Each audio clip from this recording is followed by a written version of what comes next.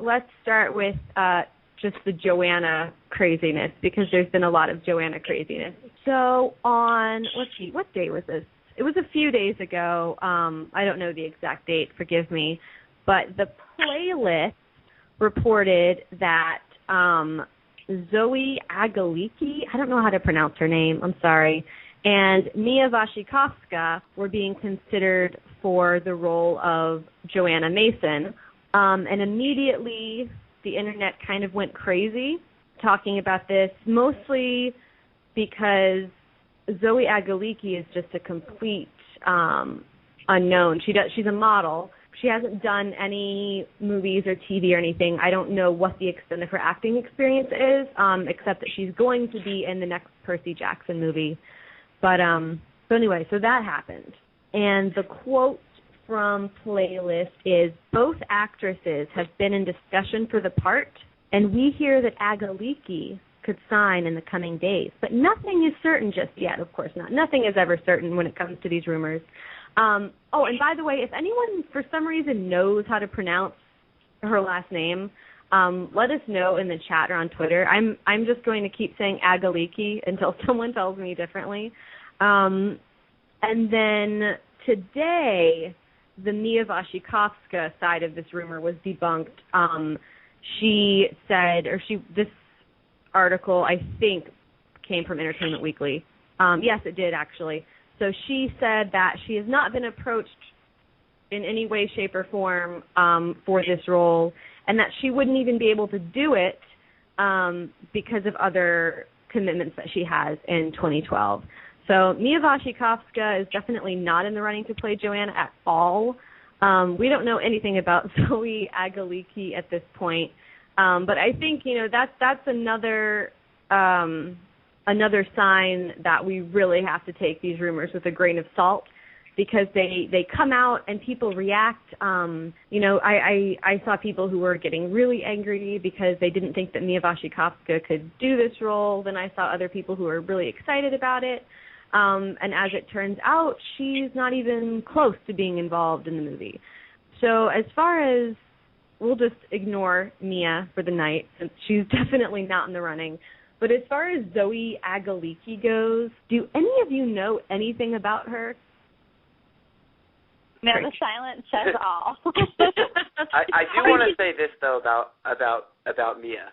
And I agree. I think in this case we can throw her out of the running. Yeah. But I do want to maintain, as I've said on many previous episodes, that just because an actor says I'm not in the running and also has other projects does not mean the person absolutely can't be cast for a movie. As in the past, people have rearranged their schedules or dropped projects, or have for whatever reason not told the truth or not wanted to lead fans on. So I'm just saying, I think in this case we could write this off, but I caution everyone to write off when actors say they can't do it at their own peril, because it's just not necessarily true all of the time. Yeah. But I think we're right about Mia. Yeah, well, and I mean, in some ways it's a shame, because I love Mia Wasikowska. You can tell that I'm a fan because I know how to pronounce your last name. I hope you're all impressed. I freaking love her. I don't know if she's the right age. I mean, to me, she looks like she's younger than Jennifer, but I think that she could be aged up. But she's so brilliant, and I think she'd be a great Johanna. But no Mia. Zoe Agaliki, I don't know anything about her. But she's only 18, though, which kind of bothers me, because Johanna needs to look older. And it's really hard to find pictures of her. I mean, you Google pictures of her, most of them were pictures of her with a picture of Mia next to her. So, they're, really recent. Yeah. There's really, no information about her out there at all. I looked for her on YouTube and found nothing. So Zoe, Aga, whatever, I guess we'll find out what happens with you. So also on the Johanna front, just 30 to 40 minutes ago, Entertainment Weekly posted a new article about Jena Malone being a frontrunner or a contender for Johanna. And hopefully you all know who Jena Malone is. She was in a lot of movies when she was younger. More recently, she was in Sucker Punch and Donnie Darko. Well, that wasn't very recent. She was in the new Pride and Prejudice movie. She's currently on, what's the name of that show? The Hatfields and the McCoys. She's been in, like, a ton of random stuff. I think she's amazing. But before we talk about her, this is what I find really interesting. If you look at the article on Entertainment Weekly on their website, that the article in which they say Mia will not be, the article in which they say that Mia is not in the running. I'm sorry, I can't talk tonight. So if you go to Entertainment Weekly's website and find the article about Mia Wasikowska not being a contender, the first comment left on that article is somebody saying that word on the street is that Jena Malone is actually the front runner. And I find it really coincidental that just like an hour or so later, Entertainment Weekly suddenly posts an article saying that Jena Malone is in the running for Johanna. Now, I don't know if they took that comment and decided to turn it into news. I'm hoping that maybe they saw that comment and then contacted Jena Malone's people. I'm hoping that they got some sort of validation or verification before they ran with that story, but pretty interesting. Adam, I know you're a fan of Jena Malone, aren't you? I feel like we've talked about her before. I am a fan of Jena Malone, but I'm not a fan of her for this role, I have to say, because one of her best qualities that she's always shown in her movies is having a really sweet temper and sort of disposition, which doesn't really scream Johanna to me. Now, I'm not saying that she doesn't have necessarily the acting chops to do that, but it reminds me of, and this is a movie, I don't know if the rest of you have seen this, there was a baseball film with Kevin Costner that was also kind of a romantic story as well, called For Love of the Game, and she actually played the daughter of Kelly Preston in that movie, and I thought she did a really interesting job being the daughter. But when they had her trying to be the older person as she grew older, was in college, I remember we actually watched this in my high school gym class on a day we didn't dress out, and the whole class was laughing because she just was not believable as that character. So I think she's very, very good in a limited range, but I just don't see her as Johanna at all. Sorry. I don't mean that in a harsh way. I credit to her. I don't even mean that in a mean way. I just think there are better people for this character. That makes sense. Does if anyone anyone wants to argue with... Yeah, who wants to argue with Adam tonight?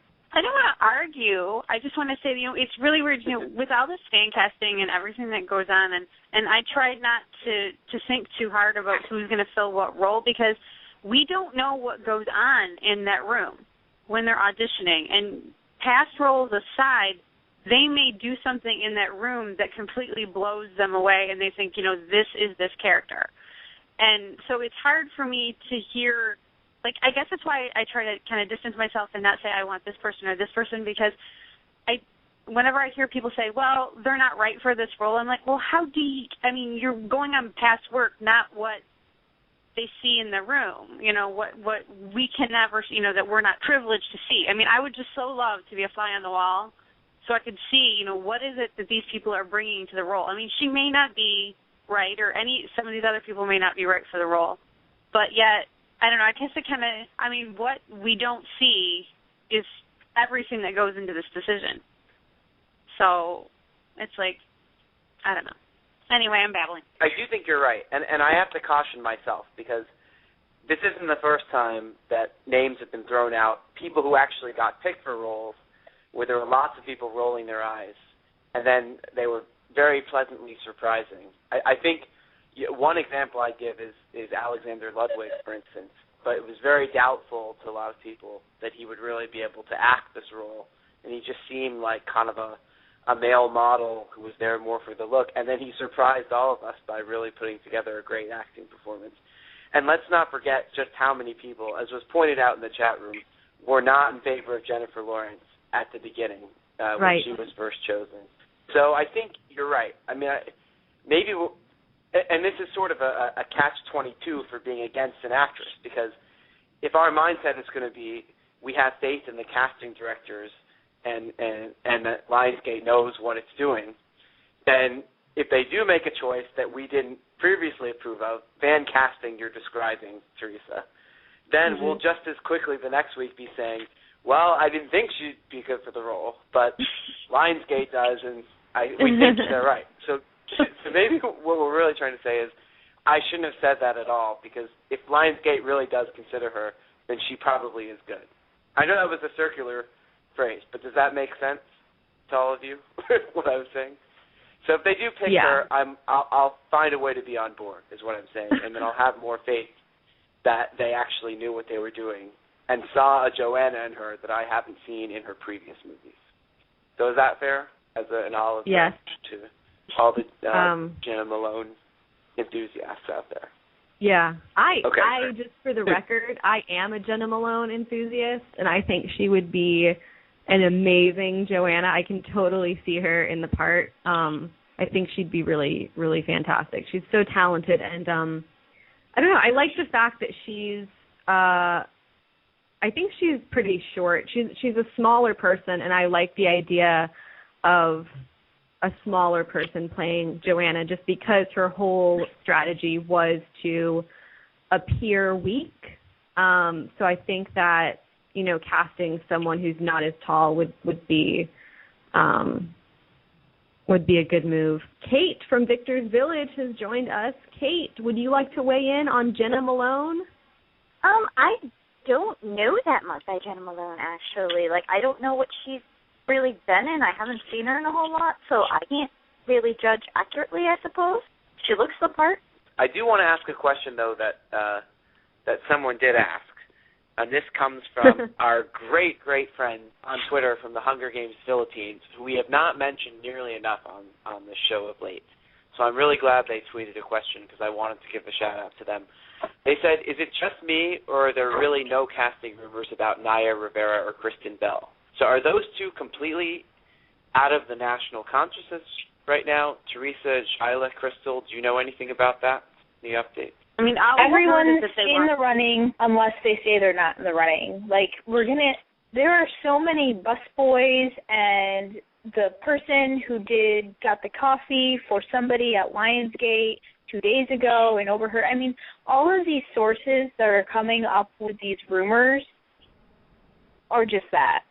They're everybody in Hollywood who has breasts and is between 16 and 40 is in the running for Johanna Mason. So, I mean, that's where we're at. I mean, we can keep seeing names pop up, but until we get an offer like Philip Seymour Hoffman got, you can't take any of them. If you're not hearing a name, they're in the running. If you're hearing a name, they're in a running, unless it's like whoever we were just talking about. I can't even keep them straight anymore. Who said they're not in the running, then they're not in the running. So Taylor Kitsch, not in the running for Finnick. Robert Pattinson, not in the running for Finnick. Every other man between 17 and 50 who can get a six-pack abs, yep, they're in the running. So, I mean, that's where we're at. So if you're not hearing somebody's names, don't count them out. They're still in the running. They're just not dumb enough to talk about it.